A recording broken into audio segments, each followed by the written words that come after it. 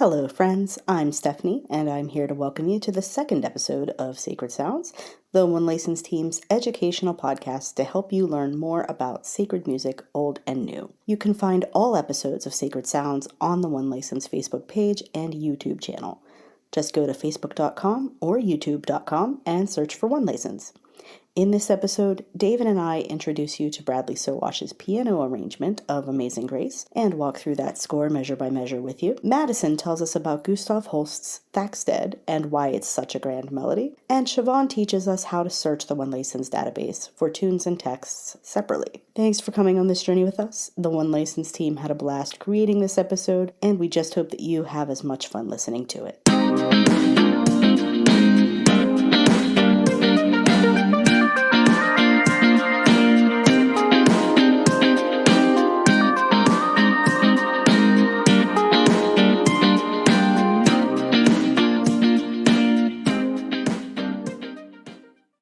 It's time for a liturgical listening party where we introduce you to a brand new piece of sacred music. Hi, everyone. Thanks for being with us today. I'm David here with Stephanie. Hey, David. Thanks for joining us. For everyone listening today, this is going to be our liturgical listening party segment. So we are going to have a score. We're just going to talk about one featured piece of music. David and I will tell you where to get it. We'll describe it, give you a little bit of an overview, and then we'll just talk about what makes this score so special. Sound good? Sound good. So what do we have on the menu today, David?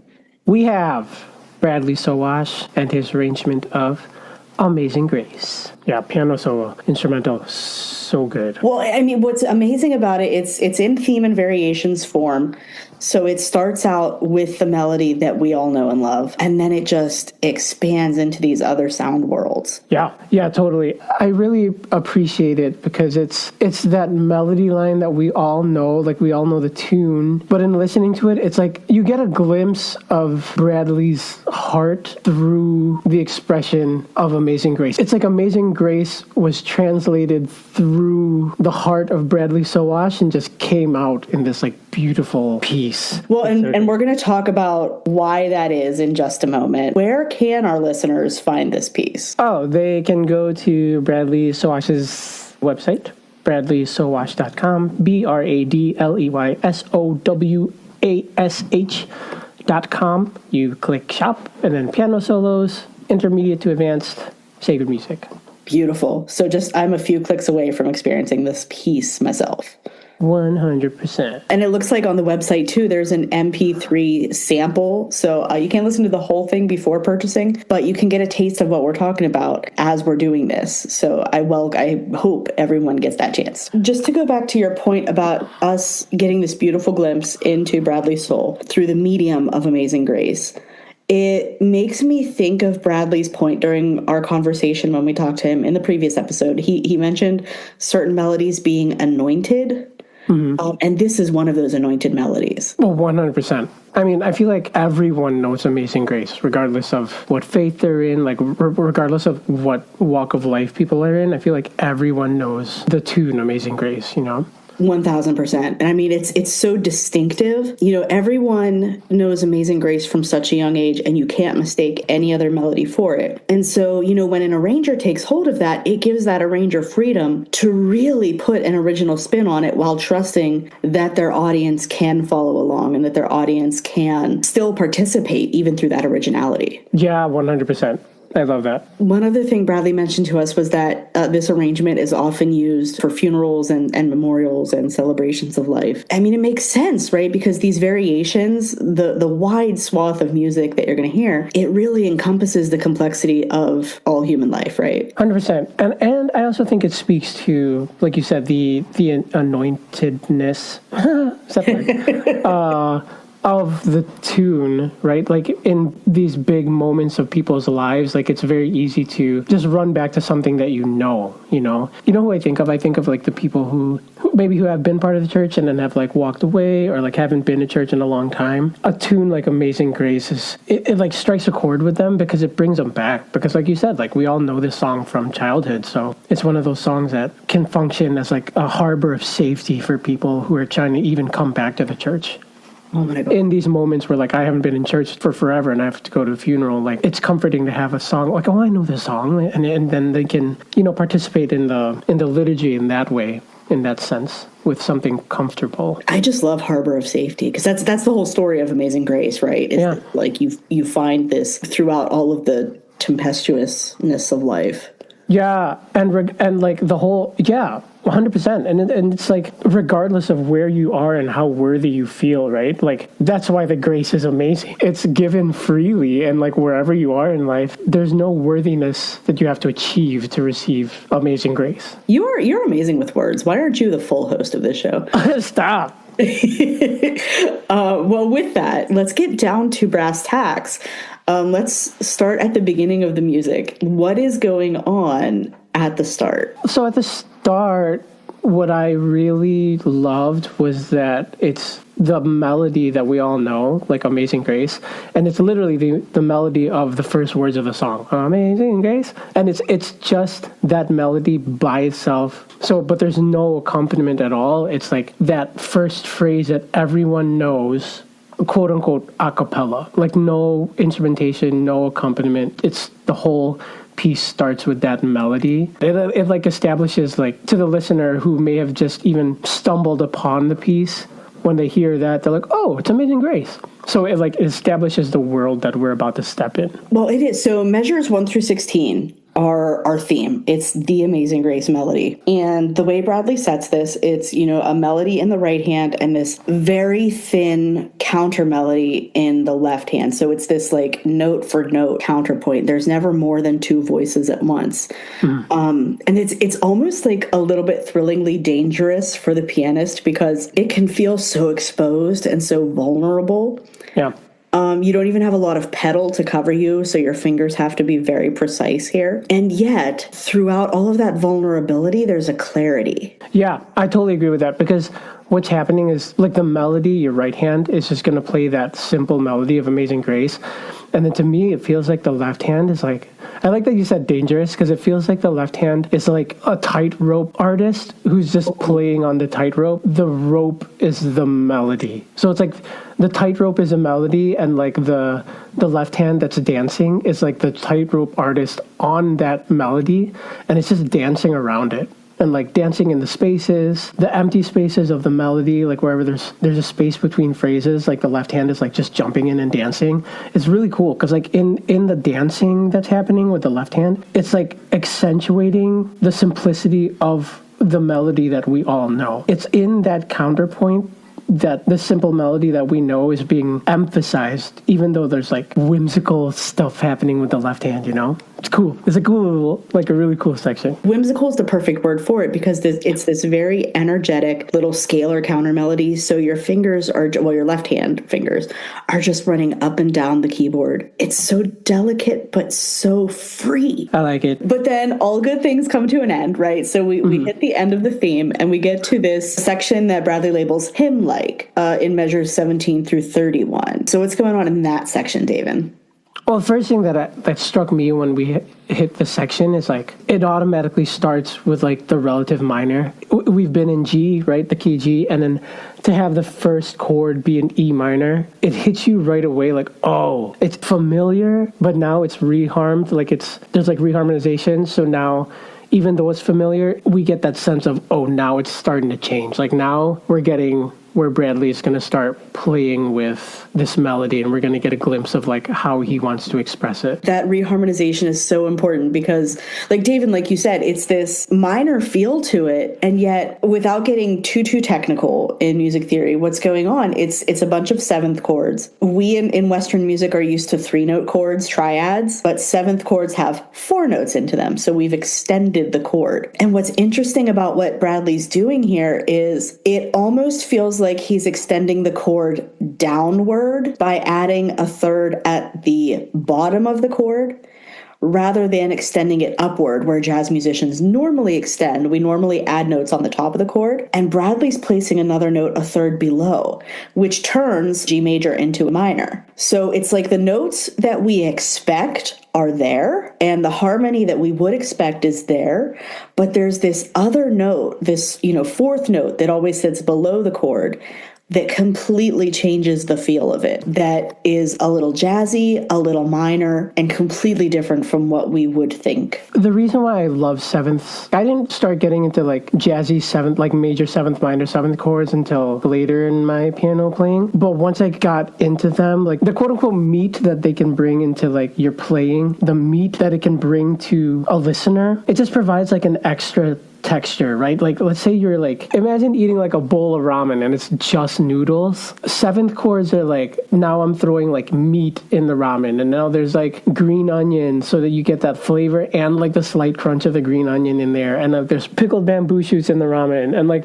so now you're getting all these textures, and like you have more to chew on, quote unquote, as both the piano player and the listener. So all those sevens are in this section. And then another thing that I noticed was like the contrast between the first section and this section. The first section being so simple with that counterpoint, right, with the melody in the right, and then like the dancing acrobat in the left, I like to call it. And then in this second section, it's like Bradley just allows those textured, meaty chords to just breathe. There's very minimal fills. So like in the phrases of the melody that we all know, there were no instrumental fills. Bradley just let those chords ring, let all that meat just sit before the next phrase comes in, and it's a really cool contrast to the beginning of the song, which is so playful and whimsical. Contrast brings out the best of both sides, right? With the contrast of this happening, like you remember the first section, you're like, oh yeah, the first section was so whatever. And then with that first section being so playful, when this section hits, because it's so different, it hits the listener even harder. So it's cool.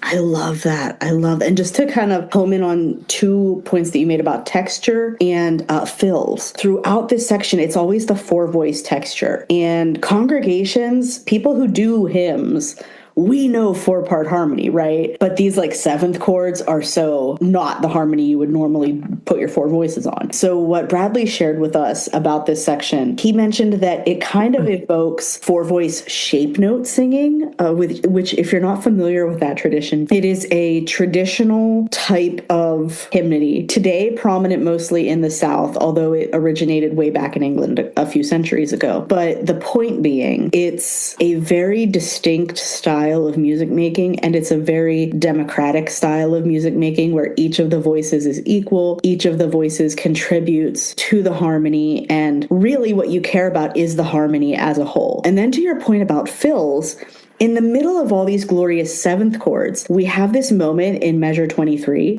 So if you're like singing or thinking of it in terms of the text, it would be the like me part of Saved a Wretch Like Me. At that moment in measure 23, Bradley actually pulls away the seventh chord, gives us a very, very solid dominant 5 chord that we would expect in that moment. And then in the left hand, he embellishes it with this scalar motion where he's gradually lifting and lifting and lifting us up through that measure. Earth falls away from under you, and then this scale just swoops in and lifts you. It's just so good. So there's our hymn-like section. In measures 32 through 67, we've got a loose and jazzy section. Very different here. What's going on with loose and jazzy, David? So this section is like so different than the first two. Like it starts off right away with the left hand, establishing like the feel, like the different feel that Bradley wanted to establish.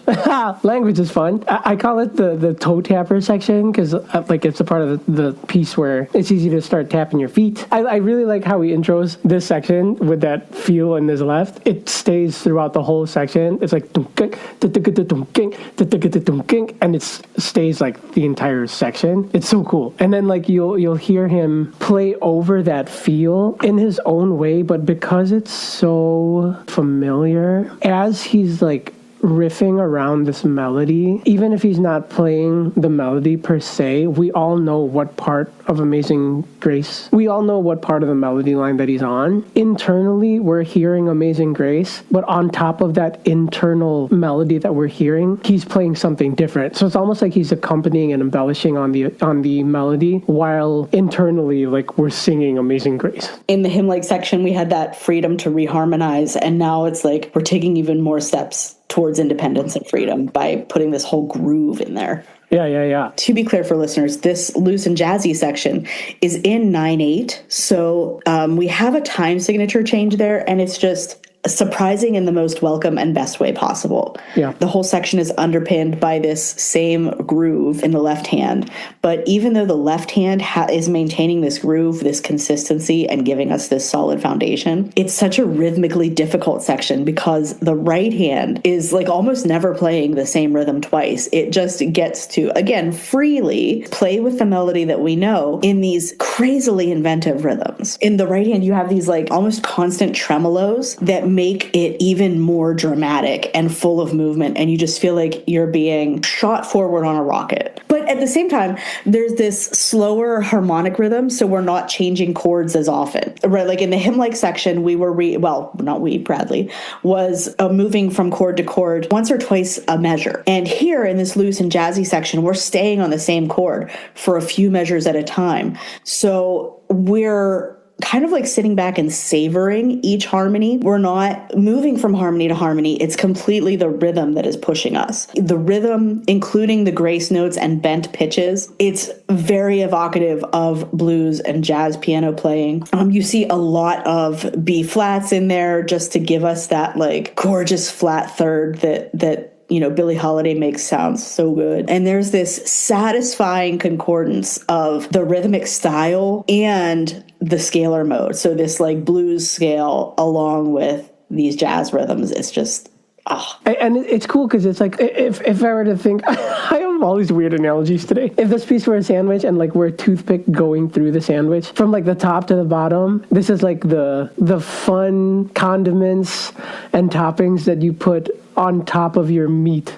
Right, because like we're going through the sandwich from the top to the bottom. So like if we go through the bread, like the bread on top. That's our theme. That's our theme. That was the intro into like the hymn-like. Yeah, the hymn-like stuff is like some of the condiments and stuff. And then like this fun part is like the fun like pickles and like cool stuff that you put, I don't know, you put lettuce, tomato, pickles, like all the fun veggies that you put on top of the meat before we get into the meat. I feel like the next section is the meat of it all. Let's get into the next section. So if that was the spicy Dijon, I just love how much food we're talking about. Right? Can you tell listeners that it's almost dinner time for us? So if that was the spicy Dijon, I feel like our next section, it's this heavy gospel style section in measures 68 through 137. This is just so it's filling and it's solid. Yeah, this is a section that took it for me. Like this is a section that I listened to like so many times over and over. Mm-hmm. So this section I feel is divided into two sections, right? Like there's the obvious like gospel feel that starts with like those heavy walking bass notes into like the gospel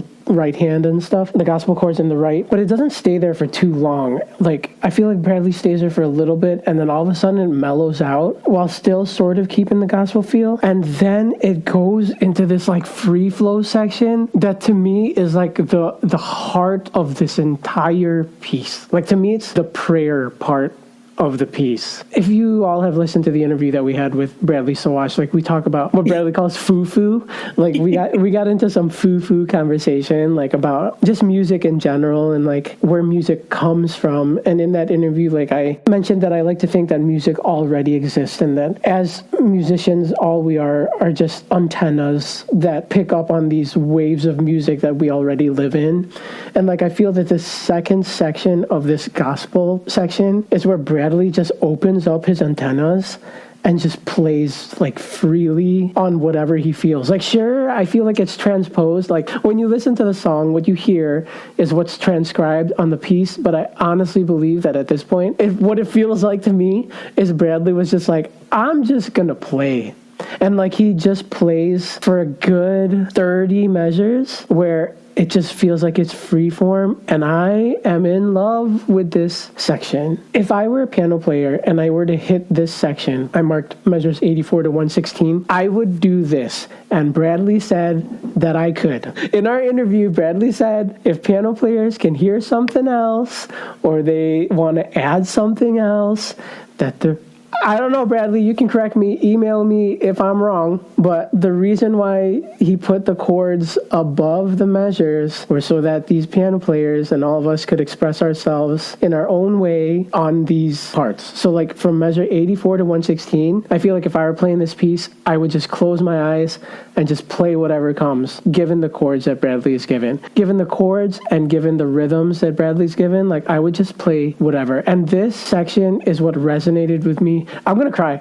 That section is the part that resonated with me the most, because it's like there's a point as both a musician and a piano player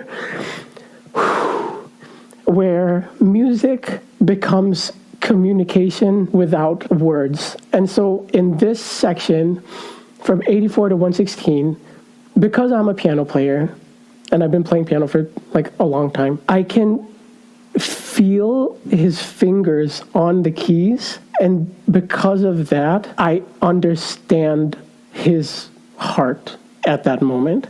And it's cool because it's not just his heart, but through the medium of Amazing Grace, it's like I feel God's heart through the spirit of his piano playing. So it's like a unique translation of God's spirit through this amazing composer who speaks the same piano language that I do. Because in that section is the section that I feel like my own style of piano playing. I feel it the most. Like that's the way that I also play. So I can't help but get emotional when I talk about that part, because it's like I like understand you.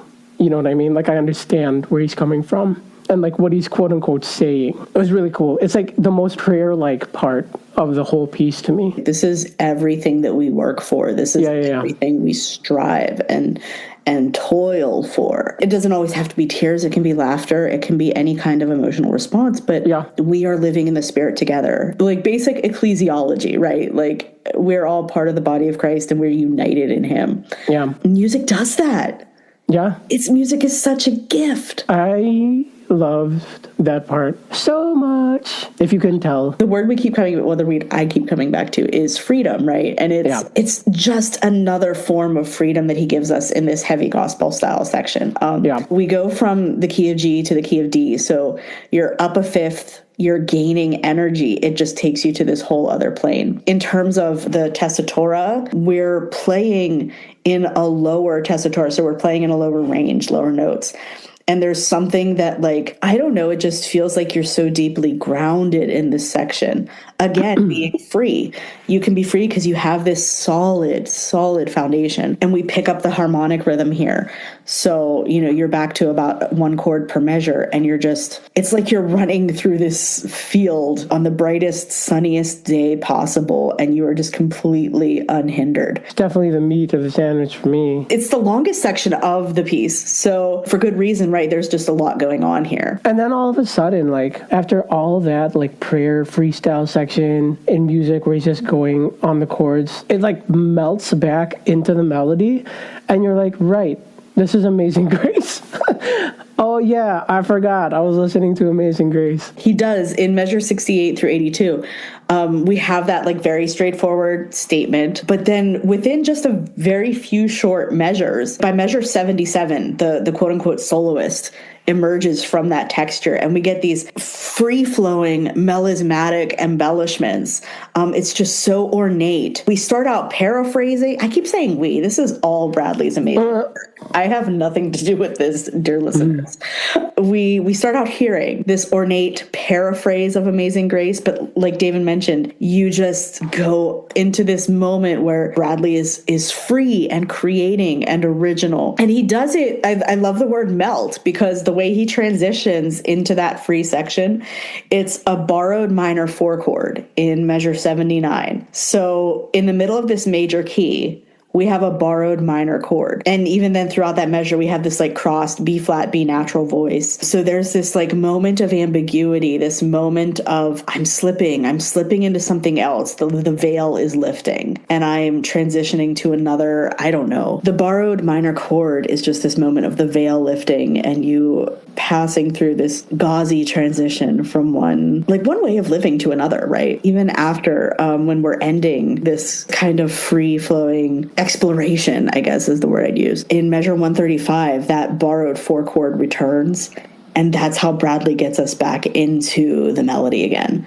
So it's like we have this excursion away from the melody where we have this pure moment of Bradley's voice. And eventually, through that minor 4-chord, he brings us all back home again. And then it goes into like this, the whole ending, right? Let's talk about that ending. It's wild. Really, we have a brief transition in measures 138 to 141. And then the whole end of the piece is this very brief but impactful tag, measures 142 to 147. When I was listening, it's like Amazing Grace, but then like he does this super cleverly written thing where he combines the phrases, was blind but now I see, with and save the rest like me. Like he combines those two phrases to keep that phrase like rolling. It turns almost like into a loop, and then like on some of the loops, like it changes keys. It's really cool. It's almost like having a fade out on an album. And the thing with fade outs on albums is that it implies there's still something going on, right? It implies that the music never really stops. It's like super cleverly written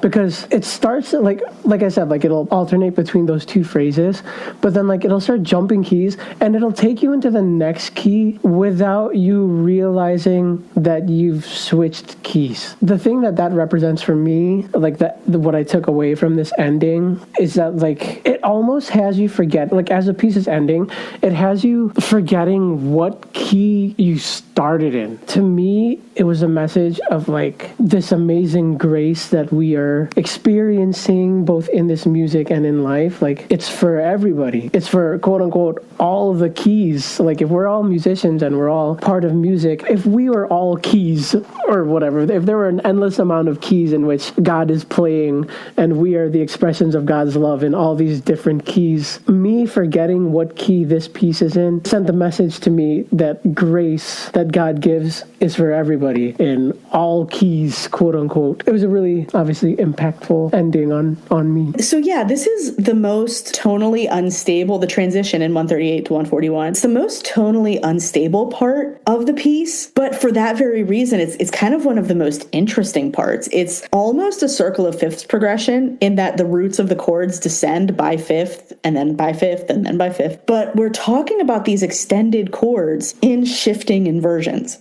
So it's not just 5 to 1, 5 to 1, 5 to 1, 5 to 1 all the time. It's, in measure 138, you have this A flat major 7 that's arpeggiated through a few octaves. In 139, you have these, hints of slipping into G minor. But then in 140, we're definitely in D flat major 7 at that point, which then, again, like in the category of extended chords that you don't expect, this D flat major 7 kind of functions as a Neapolitan 7 chord, and then we resolve to C. But the interesting thing about that is Neapolitan chords are predominant. They're like a 4-chord, right?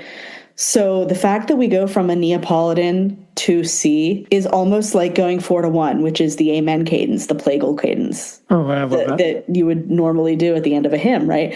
So in this transition, you almost have like an amen moment, only it's a Neapolitan 1. So it's like totally not what you'd expect. That's awesome. Which then it takes us into this tag that's in C, but it's also ambiguous because it's an open fifth. So you don't have that third to define the mode anymore. It's just this, again, wide open, free sound, this perfect open fifth. It's the fade out. It's the loop that keeps going. So, I mean, that's a journey, right? Yeah, totally, 100%. It's worth the listen, and it's worth if you're going to pick it up and like play it. I mean, I'm a clarinet player, so I just get to sit back and watch you keyboardists do the hard work. Oh yeah, totally. But yeah, for all of you pianists or piano adjacent people out there, if you're interested in this, if you had fun going on that journey with us, go check out bradleysowash.com, go to the shop tab, then pick piano solos, intermediate to advanced, and sacred, and that'll take you to Amazing Grace. All right. Well, there you have it. There's the breakdown of Amazing Grace, arranged by Bradley Sowash. Thank you all for listening and going on this roller coaster of a journey with us. We look forward to the next time that you can join us as we continue on our journey.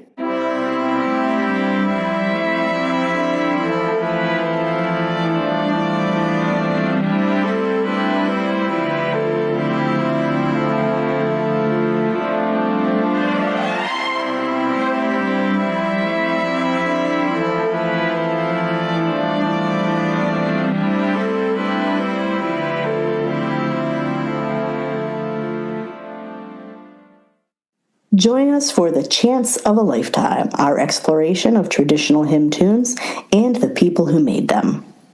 Hey everyone, welcome. So glad to be back talking about public domain. Thank you, Madison. Thanks for coming back and hanging out with us. For new listeners to Sacred Sounds, Madison's going to be joining us each episode for a new segment of Chance of a Lifetime, and she's going to tell us about a new, different public domain tune every time. Yes, so excited to get into our first tune in the series today. I can't wait to find out what the tune is. So what are you bringing us today, Madison? We're actually starting off with a much-loved Warhorse. You've definitely heard this tune, but it's one of the more modern tunes in the canon. Today, I want to talk about Gustav Holst's Thaxted. Ooh, and Holst is a modern guy, right? He was a 20th century guy? Holst worked well in the 20th century after modernism had long taken hold of academic music. But Holst was a staunch holdout against the atonality and harmonic experimentations of modernist composers. Instead, Holst preserved the Romantic tradition. Romantic, so that's why we play his tunes on a saxophone over a candlelit dinner. Not quite. When musicians talk about romanticism, they mean artists who write the kind of art music that was popular in Europe throughout most of the 19th century. Romantic music takes numerous forms, but as an artistic movement, romantics were typically concerned with preserving the past, building national identity, and spirituality, broadly speaking. That sounds like a tall order. Oh, definitely. Romantics were known for their fervor and sincerity, and Holst is no exception. Even in the secular world, he's known as one of the English nationalist composers, along with contemporaries Ralph Vaughan Williams and Edward Elgar of Pomp and Circumstance fame. Their compositions are held up even today as exemplary of the finest British virtues. Nationalism and Christianity seem like an odd combination. To be clear, when we say English nationalist composers, we don't mean that Holst bore any prejudices to people of other nations. Rather, we recognize his art as helping to define what it means to be English. So that's another tall order. Absolutely, especially when we consider that Holst composed Thaxted in 1914, at the beginning of World War I, when the dangers of nationalism as we know it were just beginning to be felt. But the tune wasn't called Thaxted then, am I right? Spot on. The melody that we know as Thaxted was originally the main theme for Jupiter in Holst's orchestral suite, The Planets. He called that movement Jupiter, the bringer of jollity. But after the melody was extracted from The Planets, it came to be known by the name of Thaxted, which was Holst's hometown. Now, jolly is not a word that I would use to describe that melody. Most congregations and orchestras, for that matter, don't play the melody at a tempo or speed that we would call jolly. We tend to use a slower, statelier tempo. In fact, if you're a fan of The Crown on Netflix, you've heard Thaxted used as processional music during Queen Elizabeth's wedding. In that case, the choir sang one of the oldest texts associated with Thaxted, Cecil Spring Rice's I Vow to Thee, My Country. That sounds like a great text for a hymn composed by one of the English nationalist composers. Well, these things don't happen by accident. So what makes Thaxted such a great melody for congregations? The range, that is the distance between the highest and lowest notes, is an octave plus a third. That sits pretty comfortably in most untrained adults' natural vocal ranges, so singers in the congregation don't have to stretch, at least too far, to hit the high and low points. Additionally, the rhythm is comprised of alternating straight and dotted rhythms, so congregations can delight in the rhythmic vivacity, even at those slower tempos. What's the difference between a straight and dotted rhythm? The words straight and dotted deal with the way that musicians notate rhythm, but basically straight notes occur right on the beat. Dotted notes change the rhythm so that some notes last longer and others are shorter. This gives the music kind of a bouncy feel. So switching back and forth would be kind of interesting. Exactly. It's one of the many traits that can make Thaxted pleasant for listeners. What are some of the other traits? Well, one reason that Thaxted is easy for congregations to learn is that it's a relatively short tune, only 24 measures. Musicians divide these 24 measures into 6 4-bar phrases, or musical sentences. The last 2 phrases are a repeat of the first 2 phrases, and that repetition allows congregations to learn the tune quickly. Normally, when I think of repetition, I think of, Boring. That's why the middle section is so important. The first two phrases and the last two phrases are the same, but the middle two phrases are really different and they sound glorious. The phrases form what musicians would call ABA form. That is, you have a chunk of music, or the A section, then something different by way of contrast, or the B section. And finally, a repeat of the first chunk, or A section. So it's like a sandwich. Kind of, yeah. Now that I can understand. But what makes the middle section so different from the outer sections? Mainly the notes of the outer sections are organized to emphasize the first degree of the scale, and the notes of the middle section are organized to emphasize the fifth degree of the scale.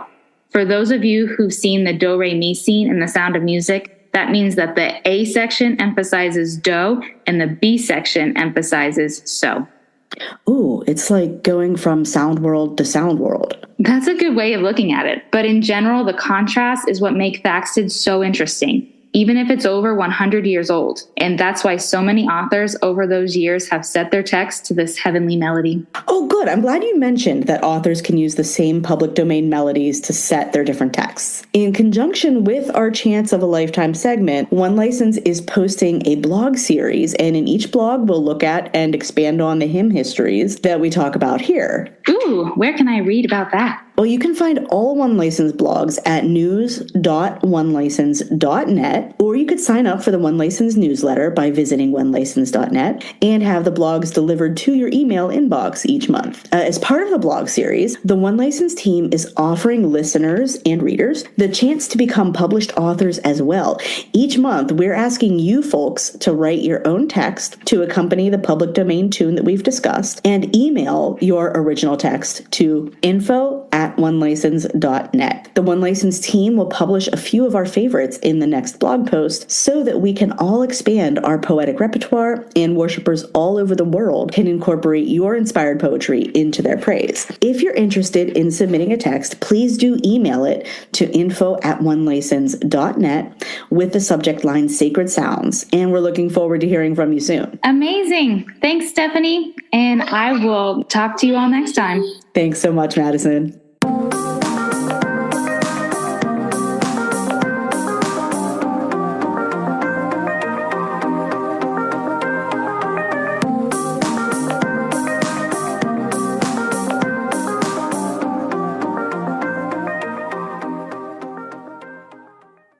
Let's get back to data basics. In each episode, we'll offer a mini tutorial about the One License website and how to secure copyright permissions.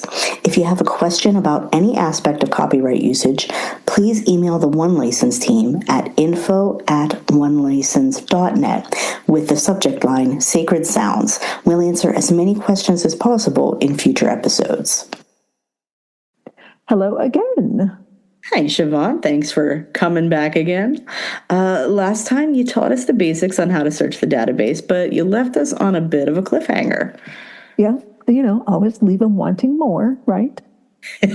And we do. If listeners are like me, they are waiting with bated breath to find out what happens when typing both the title and the contributor's last name into the search bar doesn't return the results you would expect. Right. So maybe your search results include one of the contributors from your hymnal, but omits the other contributor. For example, if Bob Smith wrote the words for this hymn and Sue Jones composed the music, maybe your database results are showing Bob Smith as the contributor, but they're not showing Sue Jones, the composer, as the contributor. Uh-oh, what does that mean? Well, as a general rule, it probably means that this database record represents the work of the contributor listed, but not the work of the missing contributor. So in the case I just described, it's this database record can be used to report Bob Smith's words, but not Sue Jones's music. Oof. Okay. Should I report Bob Smith's words without reporting Sue Jones's music? Right. So if you use Bob Smith's words, then right, you're going to report that. But if you also use Sue Jones's music, then you should report her music as well. You just might need to make a second database search for the second contributor for Sue Jones's music. So you're going to make 2 reports. Okay, so I'm searching and reporting tune and text separately. In this case, yes. For each contributor listed, you can do a separate search by typing in the song title and that contributor's last name. Okay, now why would the member publisher not just list both contributors on the same record? This is a hypothetical example, and we wouldn't want to speak for a member publisher, but probably what's going on in a situation like that, what you're seeing is that when the text and tune are listed in separate database records, it's because those 2 copyrighted works, the text and the tune, are held by different member publishers. They're copyrighted separately. So each member publisher uploads a record representing its own intellectual property. So you're not just trying to make me do more work. No, we really do try to make it as straightforward as possible. We do want to be sure that the contributors are accurately earning royalty credits for each usage. So sometimes you can report under a single record, and if you can, great, do that. But if you find yourself in the situation we're describing here, look and see if maybe what you need to do is report the text in one record and the tune with another record. Okay, that sounds fair. But what happens if I can find one of my hymns contributors in the one license database, but not the other contributor? So if I couldn't find the second contributor, let's say, in the database, I would take another look at that copyright claim in my hymnal, that 3-element C in a circle, year, and name. I'd take a look at that copyright claim to make sure the copyright holder for that contributor's work is a one license member publisher. And if not, then I would reach out to that copyright holder directly to see about getting permission for that other contributor's work. And how would I find contact information for the copyright holder if they're not a member publisher? Yeah, so if they're not a member publisher, I would say try a Google search, or you might try contacting the hymnal publisher. They may have contact information for that copyright holder. What if the copyright holder is a member publisher, but I still can't find a database record that represents the contributor's work? So it might be, for instance, if you're looking for the composer's work, so you were able to find the text author's database record, but you're not finding it for the composer, it could be that it's listed instead of under the hymn text name, that it's listed under the tune name. So you could search by tune name and composer's name rather than the song title itself. Wait, isn't the tune name just the song title? Yeah, well, sometimes yes, but sometimes no. When authors and composers work separately, the composer's tune might have a completely separate name of its own. Church musicians are probably familiar with hymn tune names like King's Fold, Ellercombe, Beach Spring, though those tunes are all in the public domain, so you wouldn't need to report those. But the tune, if it was composed separately, might not necessarily in the database be associated with the text that you're using with it. Okay, I've definitely seen those names before. So if I can find the tune by typing in the song title and composer's name, I should type in the tune name and composer's name together. Right, exactly. You should expect that you can find a match for most of our member publishers' works rather easily, but if you're having trouble, that's when we want you to contact us. We sure do want to help. This is really valuable information for when my hymnal lists the composer and author separately. But what about when I have a third contributor thrown in the mix? A lot of times I need to find arrangements of tunes, so there's an arranger as a third contributor to think about. Oh, that's a good point. Yes, there's a lot of nuance in reporting arrangements, so maybe let's save that discussion for next time. Okay, you're going to make me wait again. Well, thank you so much for all of your help today, Siobhan. Oh, absolutely a pleasure, Stephanie. Thanks. Thank all of you so much for joining us on this episode of Sacred Sounds. It was a treat for the One License team to have these conversations, and we're looking forward to many more like them. Next time, David and I interview composer Jason Silver for his creator's commentary. Madison delivers a musical Christmas present in the form of Go Tell It on the Mountain, and Siobhan tells us about reporting arrangements of pre-existing tunes. Just a quick reminder that you can find all episodes of Sacred Sounds on the One License Facebook page and YouTube channel. Just go to facebook.com or youtube.com and search for One License. Until then, Lord, open our lips and our mouths will proclaim your praise.